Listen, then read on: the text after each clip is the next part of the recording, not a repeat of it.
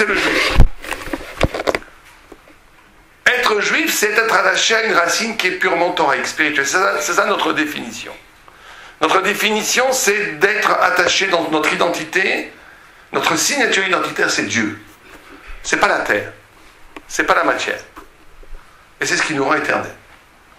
Vous savez qu'Abraham Avinu, c'est comme ça qu'on s'appelle hébreu. Hébreu, ça veut dire derrière. Ça vient de derrière, ovaire. Le Nahar. Nimrod, qui était un grand méchant, c'était un très grand spirituel aussi. Il connaissait Dieu. La Gemara, elle dit Mekiret kono vemordo. Il connaissait son maître et il se révoltait contre lui. Nimrod savait que Dieu avait créé le monde. Il savait que la Torah, c'était la vérité. La Torah, ce qu'il y avait comme Torah à l'époque, il y avait une Torah, tradition orale, qui venait de Adam, Arishon, Noach, Abraham, etc. Jusqu'à Amram, le père de Moïse, Moïse et la Torah au Mont Sinaï. Il savait que tout ça était vrai, mais malgré ça, il voulait se révolter contre Dieu. Et il avait entrepris un dessein tout à fait paradoxal, parce qu'il a dit, Dieu a créé l'homme libre. Donc si on s'unit tous contre Dieu, et on va tous contre Dieu, toute l'humanité entière, on va piéger Dieu dans son propre système. Puisqu'il a créé un homme libre, nous on va décider d'être méchants, et c'est tout, on va imposer une figure humaine négative à Dieu. Et un des conseillers de Nimrod a dit, oui mais il y a un homme qui ne rentre pas dans la combine. Cet homme s'appelle Abraham Avinu. Il est de l'autre côté, le monde entier du côté est de la rivière, et lui est de l'autre côté de la rivière, et il est seul. Et a dit Nimrod cette phrase, Perezo en la atid, parce qu'il n'avait pas d'enfant à l'époque, il était même stérile. Et Sarah était stérile. Sarah n'avait même pas de rechem. Elle n'avait pas de matrice. On est, nous, d'un double miracle, d'un triple miracle, puisqu'on est de patriarches, de Abraham qui était stérile, de Sarah qui n'avait pas de matrice, de Yitzhak qui n'était pas stérile, mais de Rivka qui avait du mal à avoir des enfants aussi, et après de Rachel aussi. On est d'un triple miracle. Enfin, pour certains, pour ceux qui viennent de Rachel, en tous les cas, d'un double miracle. Et il a dit, cet homme-là n'a pas de futur. D'après les étoiles, on voit qu'il n'aura pas d'enfant. D'après la nature, le peuple lui ne peut pas être là. Et Abraham, regardez, le monde entier était autour de Nimrod. Le monde entier, l'universel des Goïms, était partagé par le monde entier.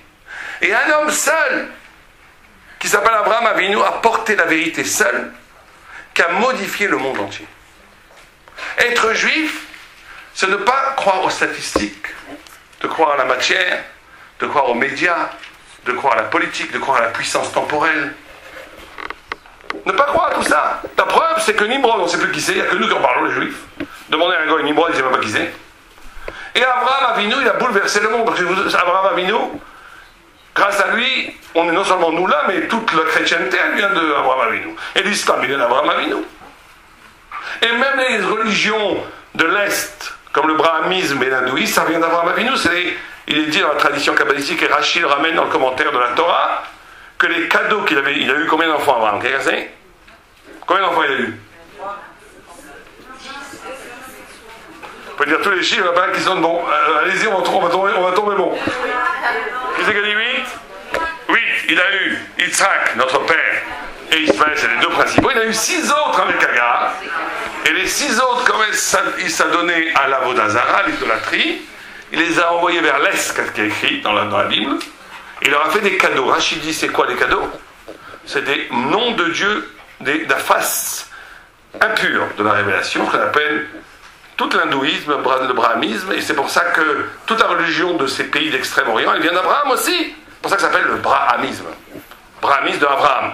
Et la déesse que honore les Brahms, c'est écrit, je ne veux pas dire seulement des noms d'Avodazara, mais parce que c'est pour la Torah, on peut le dire, c'est Sarai. Vous savez, cette déesse qu'on voit, c'est Sarai, qui représente Sarah.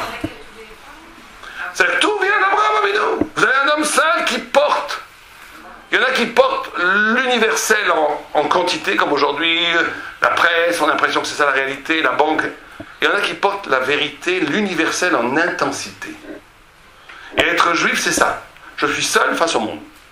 Tout le monde me dit qu'il ne faut pas être sanois, tout le monde me dit qu'il faut se promener en mini-jupe, tout le monde me dit qu'il faut faire n'importe quoi. Nous, on dit non, on fait la vérité. Ah, t'es un maboule, t'es seul face à tout le monde, c'est pas grave. Le Maboul, celui qui a l'air Maboul sur le moment, c'est lui qui va porter la vérité du monde futur. Et les autres, ils vont s'oublier, ils vont passer comme des feuilles mortes. C'est ça être juif, cette conscience-là. Mais c'est difficile à croire même pour nous. Imaginez, est-ce que nous, on peut imaginer une seconde un monde où l'Occident tomberait, n'existerait pas? Où tout le système aujourd'hui de la démocratie, de la banque, tout le système des médias, Internet, tout ça va s'écrouler, va plus exister, on n'aura même plus un zéher, un souvenir de ça. Est-ce qu'on peut imaginer ça? Même nous, on a du mal à imaginer ça. Parce qu'on est imbibé de ça, on vit dans cette culture. Mais le juif, c'est celui qui est capable de développer un espace thoraïque, un espace spirituel, où il vit face à Dieu. Et tout ça est éphémère, ça passe. Il n'y a que la vérité qui reste. Le mensonge, il passe. Il ne peut pas rester. Il n'a pas de pied. Donc il s'écroule au bout d'un moment. Et ça, c'est la première définition de recevoir la Torah. Recevoir la Torah, c'est d'être capable de s'identifier. C'est très dur. Et chacun doit se poser la question avant Shavuot. Est-ce que le centre névralgique de mon existence, c'est la Torah ou c'est autre chose? Et je rajoute un peu de Torah parce que c'est bon pour la famille, c'est bon pour la psychologie, c'est bon pour mon équilibre. Il faut se poser honnêtement la question.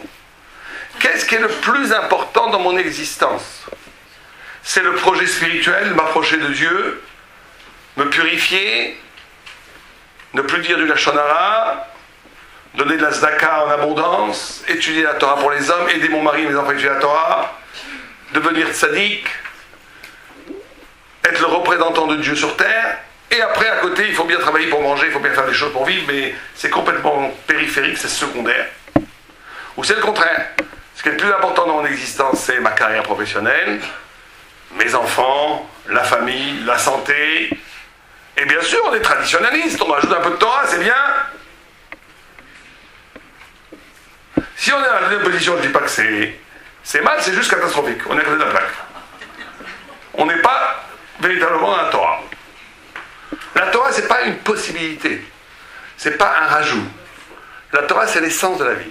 Une fois, il y avait un grand rave, une réunion de grands raves en Pologne, en Lituanie, pour être plus précis. Et un rave se lève et il dit, la Torah, il fait des grands discours, la Torah, c'est comme l'air qu'on respire. C'est comme l'air qu'on respire. Sans elle, on meurt. Un rave s'est levé, il a frappé sur la table, il dit, Dieu préserve. L'air, c'est quelque chose qui est extérieur à la vie. La Torah, c'est pas l'air qu'on respire, la Torah, c'est la vie elle-même. T'as pas le droit de dire que la Torah, c'est l'air, parce que l'air t'en fait que toi, t'existes et que tu ingurgites de la Torah extérieure à toi. La Torah, c'est la vie. Et la première chose, sérieusement, qu'il faut faire avant d'entrer la Torah, et chacun doit faire cette introspection. Quelle est la place de la Torah dans l'économie générale de mon existence? C'est quoi la Torah pour moi? Véritablement. C'est des belles idées, c'est des bons Shabbats, ou bien c'est le but. C'est la palpitation fondamentale de l'existence ou pas. Il faut avoir l'honnêteté de reconnaître où on en est par rapport à cette question. Parce que si on n'est pas honnête, il n'y a pas de spiritualité sans honnêteté. Si on n'est pas capable de voir d'abord où on se trouve par rapport à cette question, on ne peut pas avancer. Donc la première chose, c'est véritablement se poser cette question. Je connais un rave, il était très jeune avant de devenir un grand rave, à New York. Quand il s'est posé cette question, il a pris un hôtel pendant 24 heures ou 48 heures, pendant 2 jours. Il n'a pas bougé de la chambre, il s'est posé cette question en tournant en rond pendant 48 heures. Est-ce que je décide vraiment de mobiliser toute mon énergie, toute mon existence, toute ma vie pour la Torah ou pas? À la fin, il a pris la décision oui, et après, il a vécu 70 ans à faire que ça. Alors, chacun à son niveau. Je ne dis pas que chacun va devenir maintenant Rosh Yeshiva et tu es un faux, ou bien femme de rabbin, grand rabbin de France. C'est pas ça. C'est que chacun doit décider, réajuster son échelle de valeur. Qu'est-ce qui est premier pour moi? Qu'est-ce qui est second pour moi? D'abord, comprendre. Vous savez que le Rambam Maïmonide, il parle beaucoup de ça. Et il dit que, justement, l'intervention de Dieu dans ta vie, la bracha, ce qu'on appelle la bénédiction, elle va être proportionnelle à cet engagement-là. Il donne un exemple très simple. Lui, il a une phrase extraordinaire, presque vertigineuse, où il dit que la Hashgacha, la providence divine, elle est proportionnelle à ce qu'il appelle lui la Chokhma, à l'intelligence. Bon, c'est bizarre comme phrase. Il dit, plus tu es intelligent, plus Dieu intervient dans ta vie. Moins tu es intelligent, moins Dieu intervient dans la vie. C'est bizarre. Ça, qu'est-ce qu'il veut dire par là? On ne parle pas d'intelligence juste intellectuelle, parce qu'on a vu plein de gens très intelligents qui ne croient même pas en Dieu. Donc, qu'est-ce qu'il veut dire? Il veut dire une chose, vous savez, ils avaient une grande discussion entre Maïmonide d'un côté et Nachmanide de l'autre. Est-ce que Dieu fait tout? Est-ce que Dieu il fait tout? Non, je ne parle pas de libre arbitre, je parle de la nature. Par exemple, je vous donne un exemple, je lâche le stylo, il va tomber ou pas? Tout le monde parie qu'il tombe? Il va pas rester en haut? Il tombe. Bravo, vous avez eu raison. Maintenant, il tombe. Qui c'est qui le fait tomber? Oui, il tombe. Qui c'est qui le fait tomber? C'est la loi de la pesanteur ou c'est Dieu?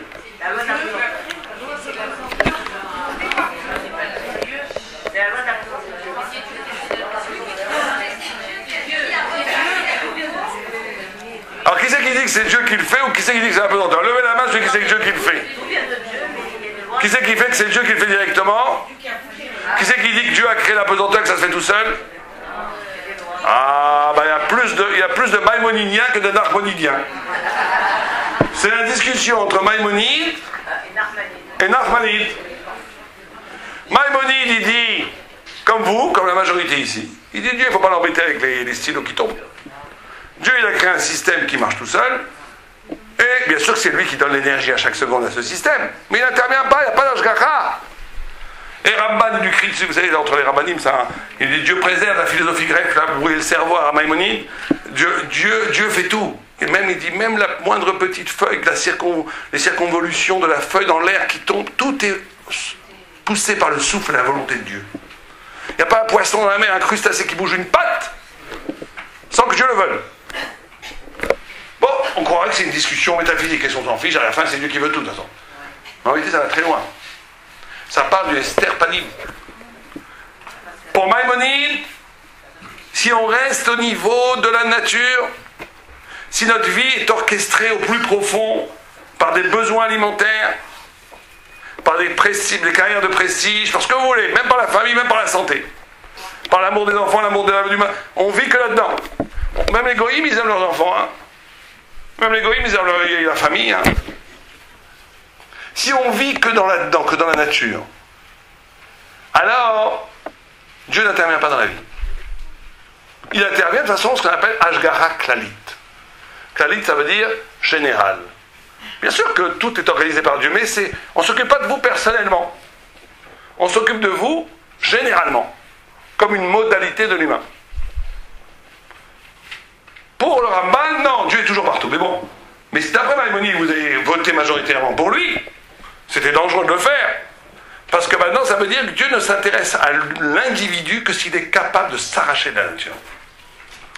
S'il reste dans la nature, Dieu ne s'intéresse pas à lui. Il n'y a pas d'ashgacha. Il n'y a pas de bracha. Alors ça veut dire quoi sortir de la nature?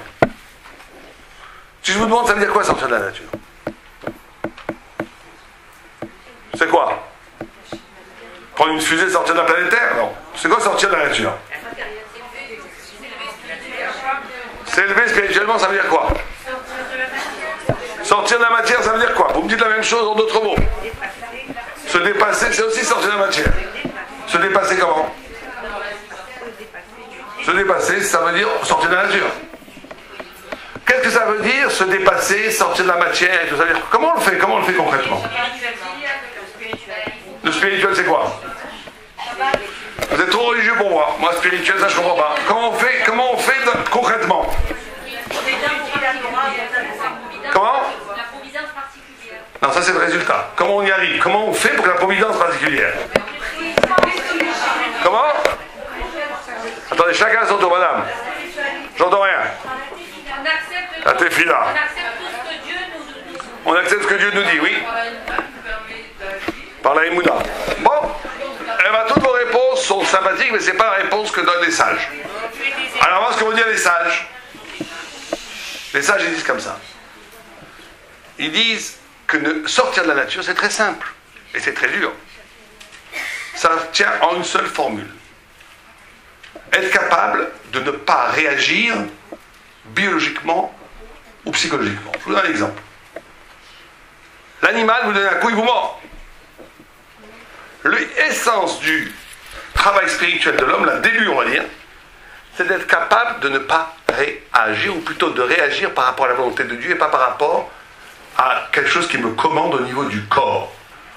Le corps, il fait que quand on vous déteste, normalement vous détestez, c'est comme ça, c'est humain. On vous crie, vous criez. Moi, une fois, ma femme n'aime pas que je raconte cette histoire parce qu'elle dit que je fais de la chaudration, moi, mais comme c'est pour la bonne cause, c'est pas grave. J'avais fait un cours pendant 1 heure sur la colère.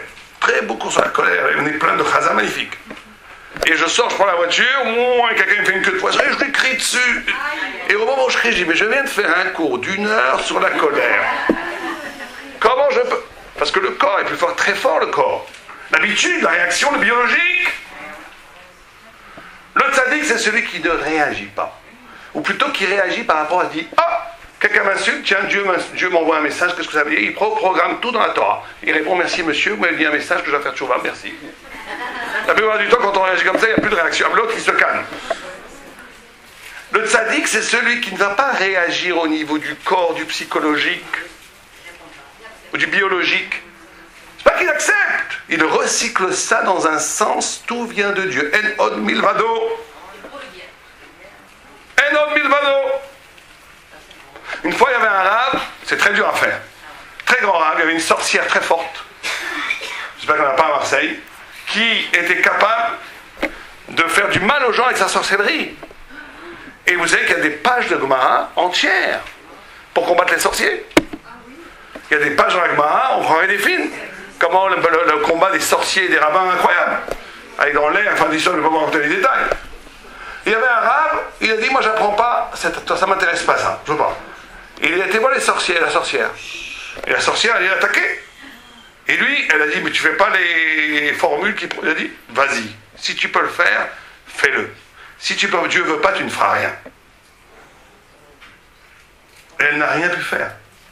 Enon milvado. Et l'Agma, il dit, comment ça se fait que lui dit, un grand, il peut faire ça, un très grand peut faire ça. Mais nous, on doit apprendre ça que Enon milvado, il n'y a que Dieu. Quand tu es à ce niveau-là, tu n'es plus dans la nature. Tu es en une relation directe avec Dieu. Pire que ça, l'Agma, elle dit, pourquoi est-ce qu'on appelle un sorcier marché fin? L'Agma fait un jeu de mots, c'est parce que c'est Makrish Palma Deshmaya. Ils sont capables de... Si l'Agma n'avait pas écrit ça, on aurait écrit que c'est de l'hérésie. Un sorcier est capable de contredire les volontés célestes au point où quelqu'un il devait mourir à 120 ans, à 80 ans, un sorcier va le tuer à 50 ans. Comme ça, c'est écrit dans l'Agma. Quelqu'un m'aurait dit ça, c'est pas écrit dans le Talmud, j'aurais dit c'est de l'hérésie. Dieu a décidé que quelqu'un il va à 80 ans. Personne ne peut décider autrement. Eh ben non, un sorcier peut te tuer à 50 ans que tu devais mourir à 80 ans. Rachi te dit comment c'est possible. Rachi dit comment c'est possible. Eh ben Rachi dit la chose suivante. Il dit c'est pourquoi est-ce qu'il peut te tuer alors que tu devais vivre jusqu'à 80 ans? Parce que tu as cru au sorcier. Et Rachi dit la chose suivante. Il dit un homme a un destin. Une chose n'a pas de destin. Je peux prendre une canette de cola, la broyer dans les mains. C'est ma volonté qui l'emporte sur elle. Une canette de coca n'a pas de destin. Elle dépend de ma volonté. Un homme a un destin.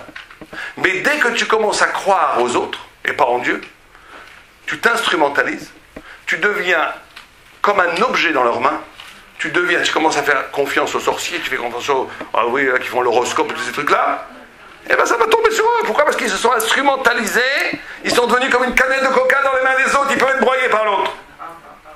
Et même si Dieu avait décidé qu'il vivrait jusqu'à 80 ans, si tu es devenu... il avait décidé que tu vivrais jusqu'à 90 ans, si tu es un homme, si tu es une femme, si tu as un destin, mais si tu commences à te mettre, à t'instrumentaliser, à t'intégrer dans la croyance des superstitions des autres, et ben l'autre il va te dominer, il peut te couper la vie avant. Ça c'est vivre dans la nature et là c'est vivre face à Dieu. Et le Rambam dit la chose suivante, il dit celui qui s'arrache à la nature, c'est celui dont Dieu s'occupe personnellement. Je vous donne un exemple très simple de s'arracher à la nature. On a dit de ne pas réagir, d'accord. Puis on a encore plus que ça. Imaginez-vous que vous avez pris une journée très très difficile, harassante. Une journée fatigante. Vous avez besoin de repos. Ah, vous êtes content, vous rentrez à 9h30 du soir chez vous. Vous faites un bain, une verveine, c'est l'heure de relax. Alors toute la journée, des coups de fil, des problèmes, des trucs, là, l'usine qui a brûlé, l'autre qui... Que des problèmes. Là, j'ai 1 heure au Hachem, tranquille. À ce moment-là, on frappe à la porte. Vous ouvrez. Qui c'est qui vous ouvre? La voisine d'à côté. Madame Cohen. Madame Cohen, chaque fois, elle me parle de ses problèmes avec sa fille, j'en peux plus. Et cette Madame Cohen, elle m'amène que des ennuis. Ça, j'attends rien d'elle. Hein. Elle ne va pas m'en donner ni de l'argent, ni du caveau, de rien. Que des ennuis. Qu'est-ce que la nature, elle me dit? Qu'est-ce que la nature, elle dit? Prends le balai, va des rétro Satanas. Ferme la porte. Madame, revenez demain, je peux pas maintenant, je suis fatigué, excusez-moi. T'as le droit. Je suis fatigué, écoutez, revenez demain, c'est gentil, je suis très fatigué, s'il vous plaît. Merci, au revoir, schlack, ouf. Bon. Ah, on a gagné la nature, on va pouvoir se reposer. Il y a le Yetzera Tov, la Neshama en haut, qui sifflote, tchouk tchouk tchouk, dit c'est une juive, elle a besoin d'aide, son mari l'a abandonnée il y a 10 ans, sa fille lui fait des problèmes, elle a besoin d'écouter. Ouvre-lui la porte, parle avec elle, donne-lui 1 heure de ton temps. Mais ça, c'est pas pour ton intérêt. La nature, elle te dit surtout pas. Mais ta conscience, là, il te dit fais-le.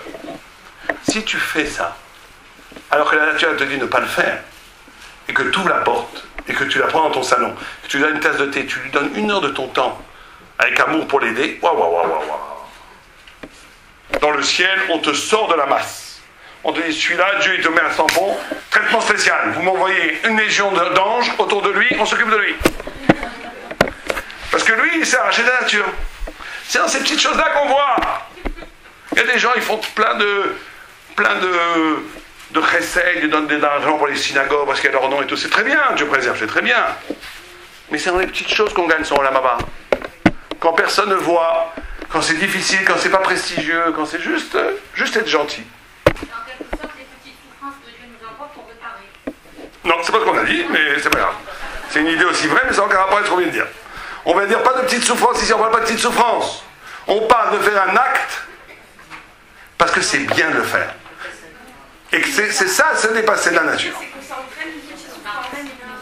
Oui, mais c'est pas ça le problème, c'est pas la capara. Le problème, c'est d'être capable de faire quelque chose par fidélité au vrai. Et de le faire pas pour intérêt personnel, même pour intérêt psychologique. Et même pour intérêt spirituel. Vous connaissez l'histoire de Rabbi Nachman de Breslav. Il avait dit une chose qui avait déplu à Dieu. Une voix est sortie du ciel, il a dit Elo chelek leolam haba. Rabbi Nachman, Elo chelek beolam haba. Rabbi Nachman n'a pas de part au monde futur.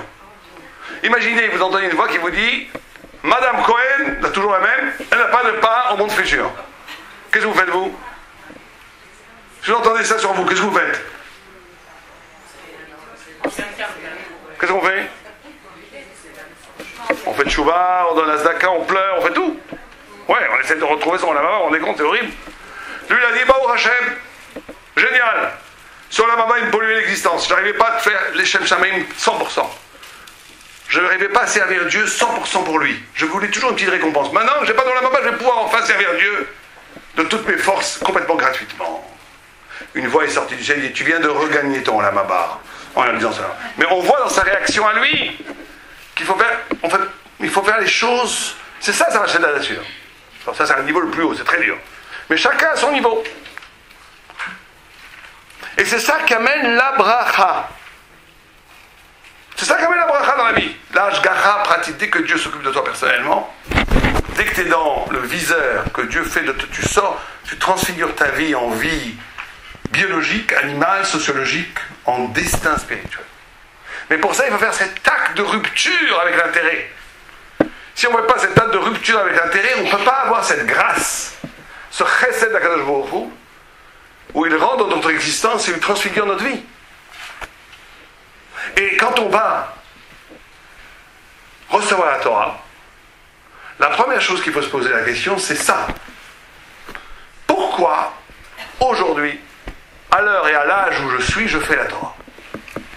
Et il faut avoir le courage de se poser ces questions vraiment. Pourquoi? Est-ce que c'est parce que je suis né comme ça? Bon, et j'ai continué, bon. Ou est-ce que c'est parce que c'est bien pour ma famille, c'est bien pour moi? Il faut retrouver le nœud, la source où la chose elle est. un face-à-face avec Dieu. Et pour ça, j'ai un conseil à vous donner que Rav Wolbe nous a donné personnellement.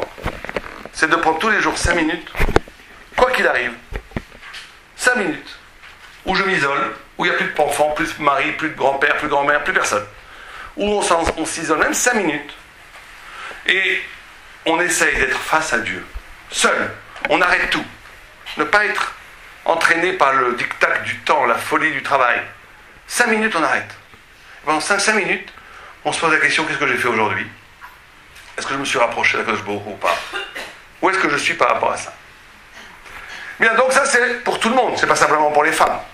Le fait d'accepter la Torah, le fait de réévaluer que la Torah devienne la centralité de mon existence, c'est pour tout le monde. Mais est-ce qu'il y a une façon spécifique pour les femmes de recevoir la Torah? Alors la Gemara elle pose la question. Vous savez que la Gemara Brachot, et dans Sota aussi, elle pose une question très simple. La seule façon de pouvoir acquérir le Olam Haba, l'éternité, après la mort, et vous savez que l'éternité après la mort, c'est pas comme on prend un paradis avec des anges et des champignons. C'est pas ça. C'est les mitzvot et la Torah qu'on a fait ici qui deviennent notre réalité. Et l'enfer, en d'autres termes, c'est pour bien comprendre. Ici, dans ce monde-ci, nos mitzvot sont extérieurs à nous. On voit pas, on n'a pas le goût des mitzvot. La Gemara a dit que c'est ça le pshat, vous savez, vous connaissez le midrash, où Dieu a dit qu'il voulait que les troncs aient le goût des fruits. Vous connaissez ce midrash? Et la terre a dit non, si on fait des troncs avec le goût de fruits, vous savez, manger les troncs, il n'y aura plus de fruits. Donc il a fait des troncs qui n'ont pas de goût et des fruits. D'abord, qu'est-ce que la terre? Elle désobéit, et la terre elle a une cervelle pour désobéir. Bon. Ça veut dire l'idée que, dans les sens, le goût le tronc, c'est l'acte qui t'amène vers le résultat qu'est le fruit. La terre a dit, l'être a dit, que si on sentait maintenant, dans l'action de faire les mitzvot, le goût des mitzvot, à ce qu'on aura après la mort, il n'y aura pas de liberté, il n'y aura pas de sens à la vie. Parce que tout le monde courait comme des fous à faire les mitzvot. Donc il faut que les mitzvot soient secs comme du tronc. En d'autres termes, dans ce monde-ci, les mitzvot n'ont pas de goût. Si vous voyez un gars qui met des filets, qui dit « Oh là là, qu'est-ce que c'est extraordinaire, je suis en train de... » Vous savez que c'est un menteur, hein, un bluffeur, c'est un fou. Les mitzvot, c'est sec comme du bois. Le processus, le goût, on l'aura après, on l'a pas maintenant. Et ça doit être sec comme du bois, parce que la vie, c'est un processus, c'est un effort. Et il faut être capable d'investir dans quelque chose, c'est pas évident pour recevoir les fruits. Et donc, le Olam Haba, c'est les mitzvot qu'on a fait dans ce monde qu'on ne voit pas ce que c'est. Les mitzvot, vous voulez la zaka, vous avez l'impression rouge de la zaka, on ne voit pas ce que c'est, on ne sait pas. On n'a pas la résonance métaphysique de la mitzvah. Et là, Vera, c'est pareil. On dit un petit mot de mal de sa copine à l'autre copine, donc on a l'impression que c'est rien. On a fait quelque chose d'horrible. D'horrible. On s'en rend pas compte, mais c'est horrible. Il n'y a rien de plus grave que de dire du lachana. Utiliser la parole qui est le souffle de Dieu pour dire du mal à nos juifs, c'est pire que fumer une cigarette Shabbat quelque part. Mais on ne s'en rend pas compte. Qu'est-ce qui va se passer après la mort? C'est très simple. Après la mort, les mitzvot qu'on a fait vont devenir la réalité dans laquelle on existe. Et les avérotes qu'on a fait vont devenir la réalité dans laquelle on existe. Là, on va voir le fruit. On ne sera plus dans le tronc. Le Olam Haba, c'est l'habitacle de ton Olam Haba, c'est tes mitzvot. Et l'habitacle de ton Gehinom, c'est tes avérotes. Il n'y a pas d'endroit, il n'y a pas d'espace après la mort. C'est pas un endroit, le Olam Haba et le Gehinom. C'est une construction, une réalité, un être métaphysique, spirituel qui a été construit à partir des mitzvot et des avérotes.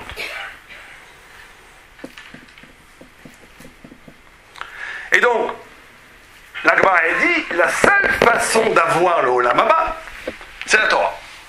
L'étude de la Torah. Quelqu'un qui fait des mitzvot et qui n'étudie pas la Torah, il ne peut pas avoir de Olam Haba. En d'autres termes, pour dire simplement les choses, la Torah, c'est l'espace spirituel dans lequel l'homme vit après la mort, et les mitzvot, c'est les meubles. Mais sans l'espace, sans appartement, on ne sait pas où mettre les meubles. Alors la Gemara dit, dans ce cas-là, les femmes qui n'étudient pas la Torah, mais ma kaizahu, comment elles peuvent acquérir le Olam Haba? Et la Gemara dit, elles peuvent l'acquérir par le fait qu'elles attendent leur mari et leurs enfants qui étudient la Torah, ou par le fait qu'elles amènent leur mari ou leur enfant à étudier la Torah. Ça, c'est la Gemara. C'est une drôle d'histoire, cette histoire. Parce que si on prend au sérieux la Gemara, que l'étude de la Torah est la seule façon d'avoir Olam Haba, en quoi le fait de rajouter une mitzvah, d'aider à étudier son mari ou ses enfants, font que tu vas avoir Olam Haba? C'est encore une autre mitzvah, c'est pas la Torah.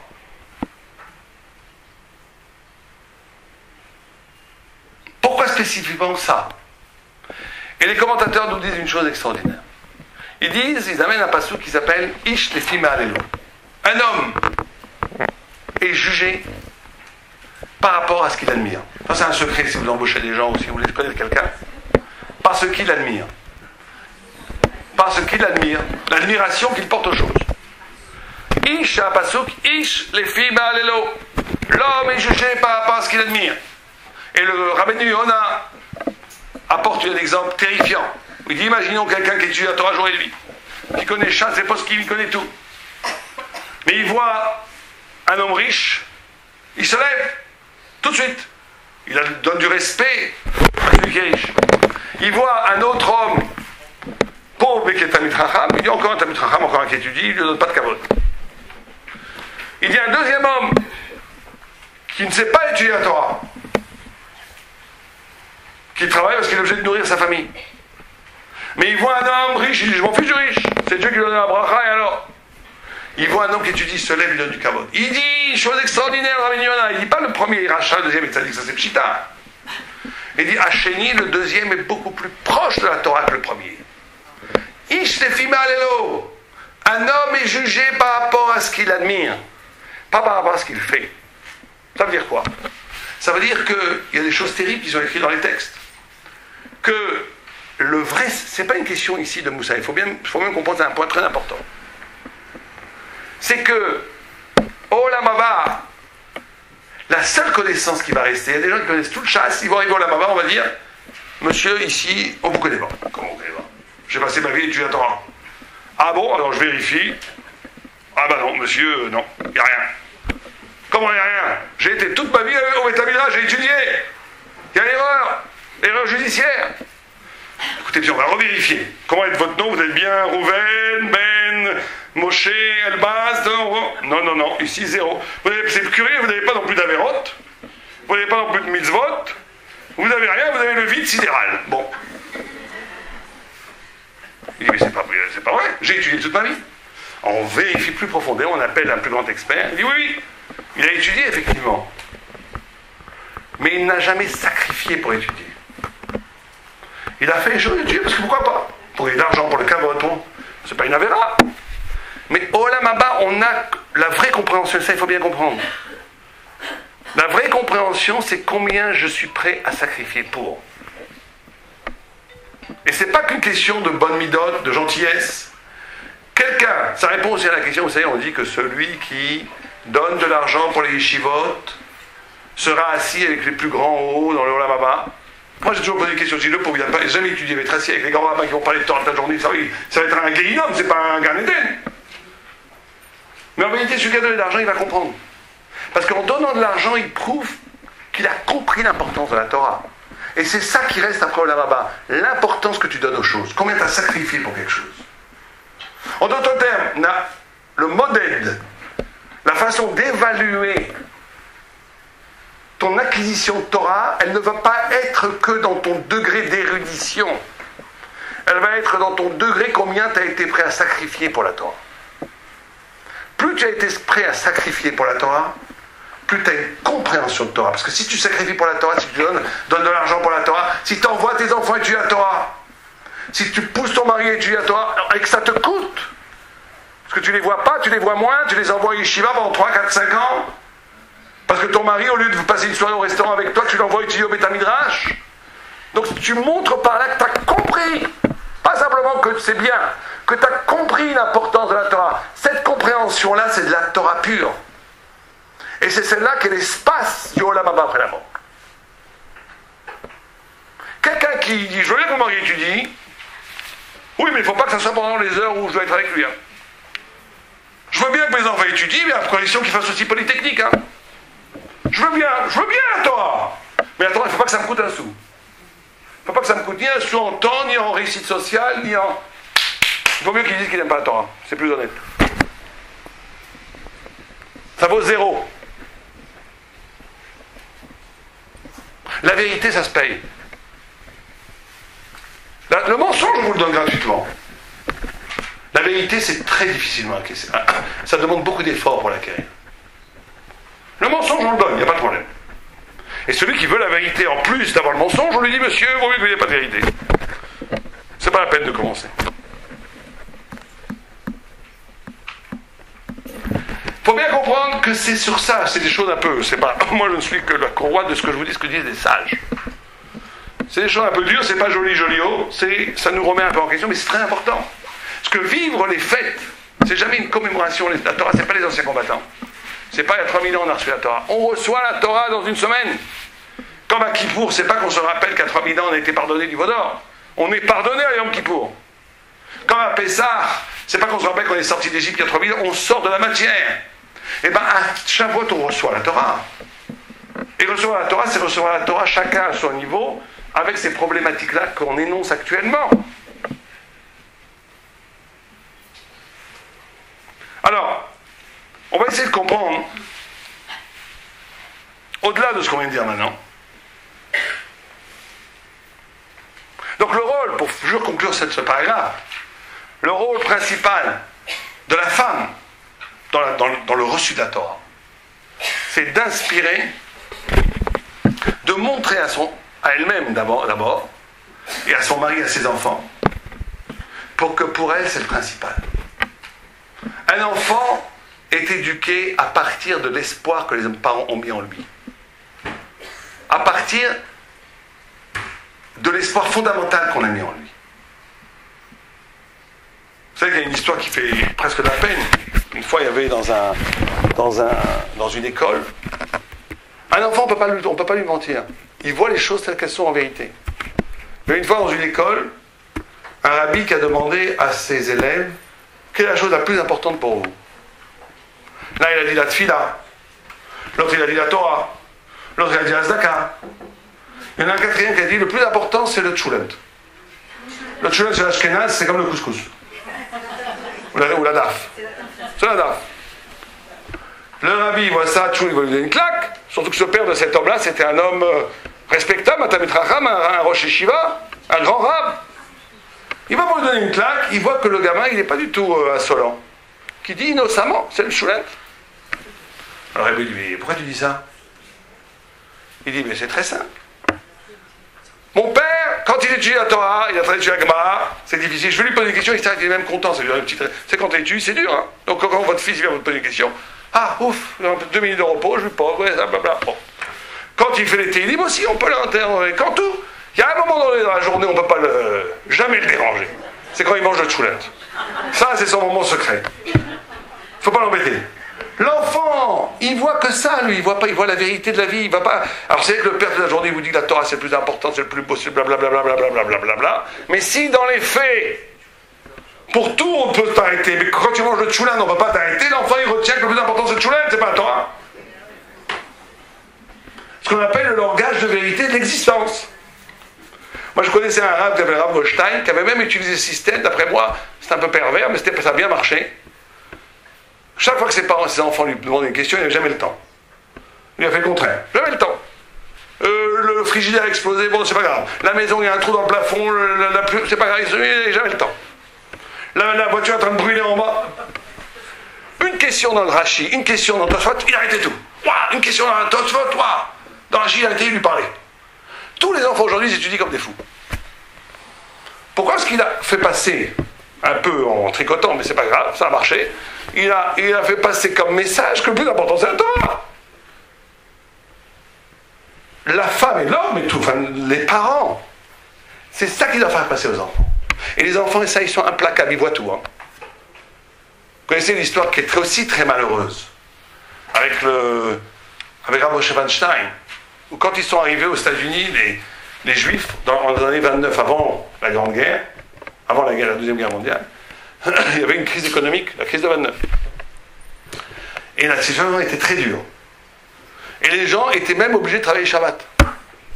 il y avait écrit, dans les usines, il y avait écrit comme ça des affiches. On n'accepte pas, en yiddish, on n'accepte pas ici les fainéants qui ne veulent pas travailler Shabbat. Et des gens avaient reçu des éthérims de Rabbanim, de Piko Nefesh. Il y avait des minyanim à 5h du matin, Vatikin, ils faisaient Kiddush, Shulent, et après ils allaient travailler à 8h à l'usine.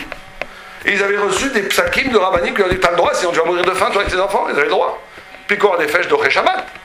Il y a certaines personnes qui ont dit, non, moi jamais je travaille Shabbat, je préfère mourir. Enfin, ils ne sont pas morts, mais ils ont dit, je préfère vivre une vie misérable et ne pas travailler Shabbat. C'était des tzadikim d'Olim. Tous les enfants de ces gens-là, pratiquement tous, c'est les Spielberg, des gens qui sont mariés avec des Goyotes, des gens qui sont venus Chiloni Gamo. Ils ont été voir Moshe Feinstein, qui était un très grand possède aux États-Unis. Ils ont dit, mais comment c'est possible? C'est pas juste. Ces gens-là qui ont sacrifié pendant 20 ans leur vie pour respecter Shabbat, leur enfant est sorti Chiloni. Comment vous expliquez ça, arabe? Comment vous expliquez? C'est injuste. Il leur a dit oui, ils respectaient Shabbat. Mais à table, il faisait une tête comme ça. La femme, elle avait les cernes comme ça. Et vous avez une triste, et il disait, c'est dur de faire Shabbat. L'enfant, il s'en fiche que vous dites que Shabbat, c'est la vérité, que tu témoignes que Dieu crée le monde. Il voit que Shabbat, la Torah, c'est la souffrance. Il va se sauver. Quand on vit Shabbat avec des enfants, quand on monte dedans, il faut qu'il y ait la joie. Il faut montrer que c'est merveilleux, c'est la vie.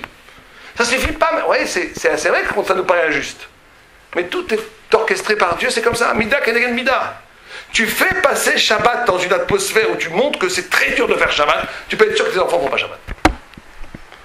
Tu fais passer Shabbat, tu montres que c'est la joie, c'est la vie, c'est l'espérance, c'est ça qui est beau. Ils font toujours Shabbat. Il faut que faire passer le langage de la Torah dans l'existence, dans la vie, mais dans le bonheur. Dans le bonheur. Non pas dans la terreur. Et non pas dans la terreur. Surtout pas. Donc, on va essayer d'aller plus profondément que ça.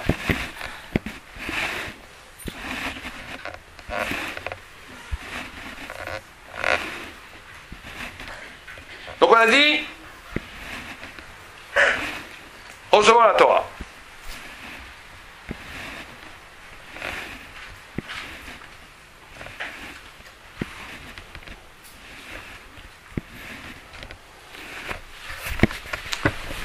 Recevoir la Torah, il y a quelque chose d'assez extraordinaire.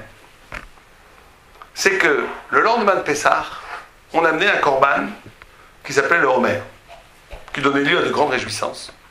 Homer, c'était de l'orge, des séorim qu'on coupait, et qu'on apportait, qu'on sacrifiait autant, même si c'était Shabbat, on coupait pendant Shabbat. Et on amenait le korban mincha dans le temple. Et c'est ça qui permettait toute la nouvelle, ce qu'on appelle le chadash, tous les céréales devenaient permis. Les céréales nouveaux n'étaient permis dans le temple que quand on amenait les shtelechem, les deux pains, qu'on les amenait à Jérusalem, comme les bikurim. Et ça, c'était le tikkun du chet de Adam Arishon. Comme ça, c'est écrit.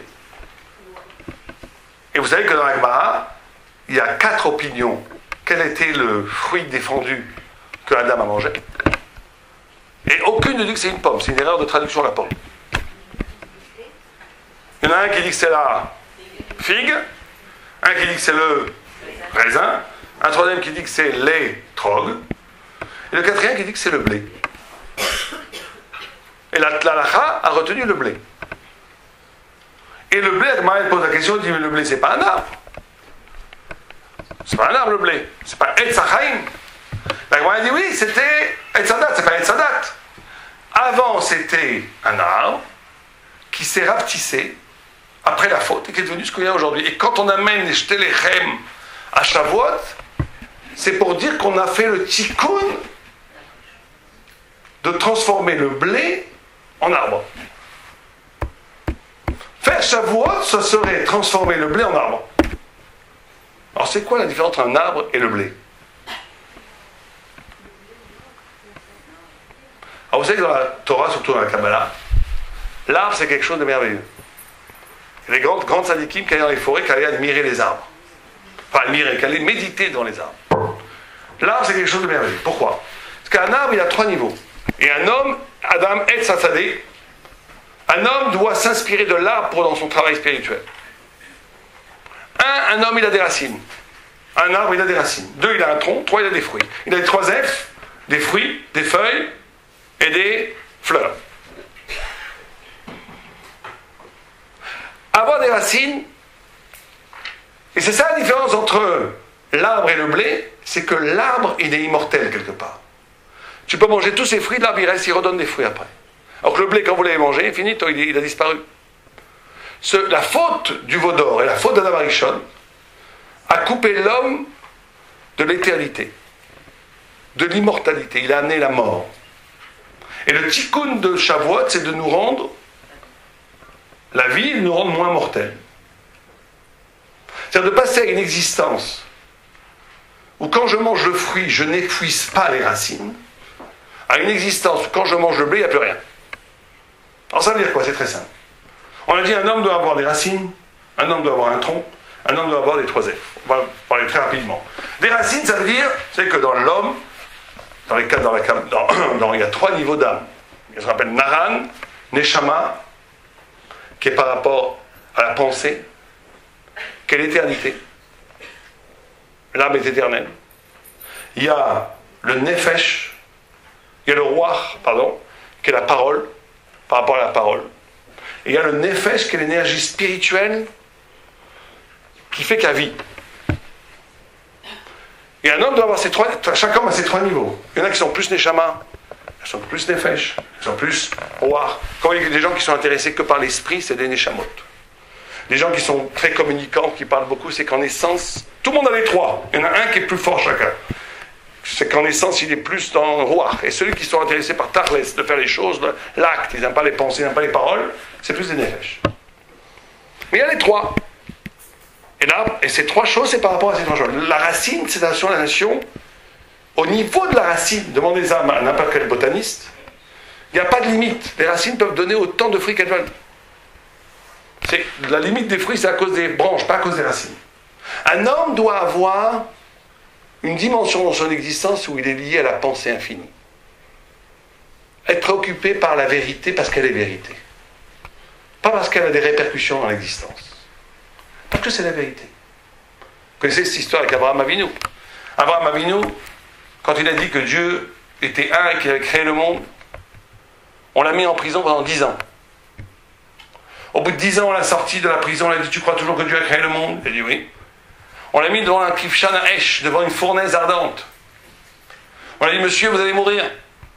Si vous continuez à dire des bêtises, que Dieu a créé le monde et qu'il est un, vous allez mourir.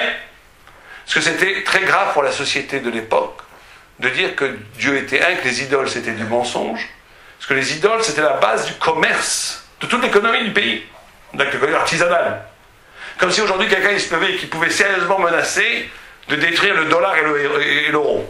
Bon, l'euro il est à moitié mort, mais on va dire de détruire le dollar, de dire je peux vous garantir que s'il avait le pouvoir de le faire, on le met en prison tout de suite. Et on le tue. Et à ce moment-là, quand Daniel poussait dans le feu, il dit une phrase très énigmatique dans le Midrash. Il dit En manik babira. Il n'y a pas de dirigeant dans le monde. Abraham Avinu qui dit ça. Il dit il en est arrivé à une conclusion fausse que Dieu a créé le monde, Dieu est un, mais Dieu n'intervient pas dans cette terre, il n'y a pas de Hashgacha. Pourquoi? Parce que si je suis le seul à croire en Dieu et que Dieu ne me sauve pas, c'est qu'il se désintéresse à ce qui est ici-bas. Et on jette Abraham dans le feu. Et dans le feu, Dieu se révèle à lui, il dit Ani mani gabira. Il le sort du feu intact, il fait un miracle. Il dit moi je suis le maître du monde dans le monde, j'interviens. Et commence toute l'histoire du judaïsme. La question c'est, que pose le Briskoro, très grand rave, le fils de Reb Chaim Alevi, Mibrisk, il dit comment se fait-il qu'il a sauté dans le feu? Si tu en arrives à la conclusion que Dieu ne te regarde pas, que Dieu se désintéresse qu'à ici-bas, pourquoi il s'est jeté dans le feu? Pourquoi il s'est sacrifié? Je vous donne un exemple. Si je vous dis pendant 1 heure, je vous amène un document qui vient du ciel, vous tous ici, pendant 1 heure, vous faites ce que vous voulez, Dieu ne vous regarde pas. Vous pouvez aller manger des crevettes, aller voler à la banque, tout ce que vous voulez, on ne vous regarde pas. Vous allez manger des crevettes ou pas? Pourquoi? Dieu ne vous regarde pas. Oui, vous êtes fils d'Abraham, vous êtes fils d'Abraham, vous êtes comme lui, mais pourquoi? Non, mais il vous écrit un qui ne vous regarde pas. Il vous l'écrit, qu'il vous le compte pas. Faites ce que vous voulez. On va manger une côtelette de jambon, là, non?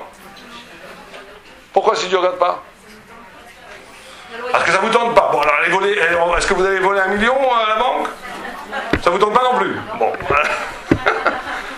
Est-ce que vous ferez quelque chose qui vous tente? C'est la question. Si ça vous tente. C'est vrai que le jambon, ça ne nous tente pas, mais imaginez quelque chose qui vous tente. Vous le ferez ou pas? Pendant 1 heure, on ne vous regarde pas. Faites ce que vous voulez. Oh, le Briscoe va donner comme réponse une réponse extraordinaire. Il dit la fidélité à la vérité, elle ne dépend pas qu'on te regarde ou pas, elle ne dépend pas des nafkaminotes, elle ne dépend pas si tu changes le monde ou pas. Bien sûr qu'on veut que la vérité elle change le monde. Bien sûr qu'on veut métamorphoser le monde grâce à la Torah, bien sûr. Mais celui qui fait la Torah parce qu'il veut améliorer, ou même pour recevoir du mérite, ou parce que Dieu te regarde, c'est bien, le vrai qu'on est ce niveau. Mais ce n'est pas l'ultime niveau. L'ultime niveau, c'est que tu fais la vérité tout simplement parce qu'elle est vraie. Ça n'a aucun sens, c'est pas grave, c'est la vérité. Je ne fais pas les choses parce qu'elles ont une efficacité. Je fais les choses qu'elles sont vraies. Et il faut dans la vie, un homme est un homme. C'est comme ressemblant à un tronc, à un arbre, il a des racines. Et des racines, ça veut dire être préoccupé par des choses parce qu'elles sont vraies, pas parce qu'elles vont m'amener quelque chose. C'est des gens qui me disent, moi je fais Shabbat. Pourquoi? Parce que c'est bon pour le Shalom Bayit. C'est bien, mais c'est pas pour Shabbat. C'est pas ça Shabbat, c'est pas d'être là autour d'une table en famille. Mais oui, avant vous n'êtes pas Shabbat, on regardait la télé, c'était pas sympa. Bon, alors c'est déjà pas mal, le lishma, mais c'est pas Shabbat ça. Des gens qui me disent, je veux, ma femme elle va au mikvé, pourquoi? C'est bon pour la relation de couple, ça fait un mariage tous les mois. J'avais envie de dire, je connais un très bon psy qui va te donner d'autres conseils comme ça. Si on commence à faire, on utilise la Torah pour améliorer la vie matérielle, alors là on est mal parti. Il faut être connecté à la Torah parce que c'est la vérité. Quelque chose de désintéressé un peu. Un homme n'est un homme que s'il a cette côté des racines. Quelque chose qui est lié à l'infini. Après, sur du tronc, on en a parlé. Investir. Après, il y a les fruits. Il faut savoir donner. Il faut savoir produire. Très bien. Et donc, la différence entre un arbre et du blé, c'est que le blé, aujourd'hui, il est mortel. Vous le coupez, il n'y a plus de blé. Alors que les fruits, vous prenez le blé, ça reste. Et donc, il faut passer d'une Torah où on est mortel, une Torah où on est immortel. Alors, je veux juste finir avec cette notion d'immortalité, parce qu'elle est essentielle dans le don de la Torah. Essentielle. Vous savez qu'on pose la question, le Zohar pose la question, ou quand on dit que quand on a traversé la mer Rouge, même une chifra canaanite, vous savez ce que c'est une chifra canaanite? Vous savez qu'il y a énormément de non-juifs qui sont sortis avec nous d'Égypte. Il y a Evrav, mais il y avait aussi des Avadim. Plein de goïms sont aussi avec nous. Et il y avait une chifra canaanite, c'est une esclave qui doit faire les mitzvot comme une femme. Donc elle est un peu juive, mais elle n'est pas juive. Pas se marier avec elle, pas. Elle a vu, et donc c'est le degré le plus bas, on va dire, en Israël. Elle a vu, le Midrash nous dit, ce que Echeskel ben Bouzi n'a pas vu. Le prophète Echeskel n'a pas vu. En l'ouverture de la mer Rouge, elle a vu une révélation de Dieu et de la vérité plus haute que le prophète Echeskel qui a vu Merkava. Merkava, c'est la plus haute révélation prophétique.